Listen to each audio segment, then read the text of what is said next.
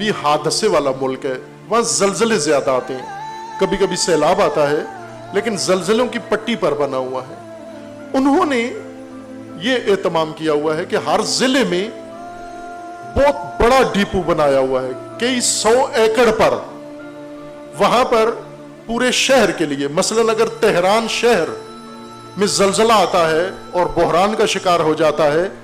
Tehran کے چاروں طرف بڑے بڑی جگہوں پر انہوں نے ڈیپو بنائے ہوئے ہیں، مشرقی تہران، مغربی تہران، جنوبی تہران، شمالی تہران۔ وہاں پر ہلال احمر ایک ان کی تنظیم ہے جو سارا سال ان کے پاس ہوائی سروس ہے، ایمبولینسیں ہیں، دوائیں ان سٹوروں میں پڑی ہوئی ہیں، ڈاکٹر عملہ الرٹ ہے، سارا سال ان کی مشقیں ہوتی رہتی ہیں کہ اگر کسی دن یہ حادثہ ہو گیا تو اسی وقت ہم اتنی دیر کے اندر، آدھے گھنٹے کے اندر، پون گھنٹے کے اندر ہم حادثہ دیدوں کے اوپر پہنچ جائیں اور ان میں سے جو بیمار ہیں، زخمی ہیں، ان کو جتنا بچا سکتے ہیں بچائیں۔ لاکھوں ٹینٹ اور راشن اور ساری چیزیں ان کے پاس، اور ہر ضلع اور ہر شہر کے لیے یہ قم کے اطراف میں، سمنان کے اطراف میں، مشہد کے اطراف میں کبھی جائیں، وزٹ کریں وہاں جا کر، خصوصاً ہماری حکومتی مشینری ضرور جائے، وہاں جا کر دیکھیں یہ جو بڑے یہاں پر اقتدار پسند آئے ہیں اور آزادی کے نعرے لگاتے والے ہیں، ملک کو تباہ کر کے،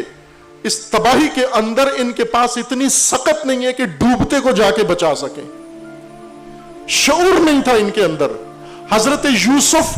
علیہ السلام قید میں تھے، لیکن اللہ نے شعور عطا کیا اور حاکم کو بتایا تیرے ملک پہ بحران آنے والا ہے، قحط آنے والا ہے،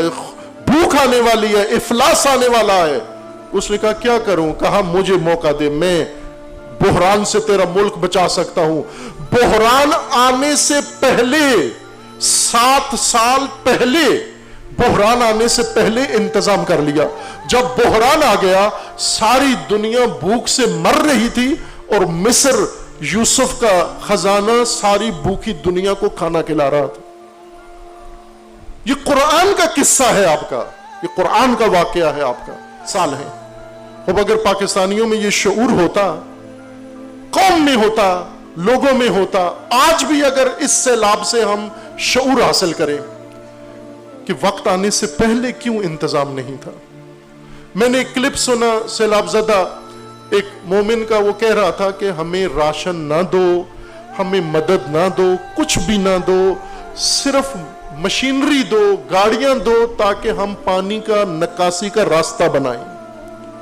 باقی کام ہم سارے خود کر لیں گے، ہمیں یہ ہیوی مشینری دے دو۔ خوب ظاہر ہے کہ نہیں دی گئی ان کو۔ اگر ہر ضلع کے اندر یہ ہیوی مشینری موجود ہو، اور موجود ہے، یہ بڑی بڑی، اس وقت آپ ہیوی مشینری FWO کے پاس جا کر دیکھیں، NLC کے پاس جا کر دیکھیں، افواج کے پاس دیکھیں جا کر ہیوی مشینری، اور پرائیویٹ کمپنیوں کے پاس دیکھیں، یہ رزاق داؤد کی کمپنی کے پاس جو ڈیم بنا رہے ہیں ہیوی مشینری دیکھیں، یہ ہیوی مشینری پورے پاکستان کو اکھاڑ پچھاڑ سکتی ہے، اتنی ان کے پاس موجود ہے۔ ان میں سے ایک ٹریکٹر ان کا نہیں گیا سیلاب زدگان کی مدد کے لیے۔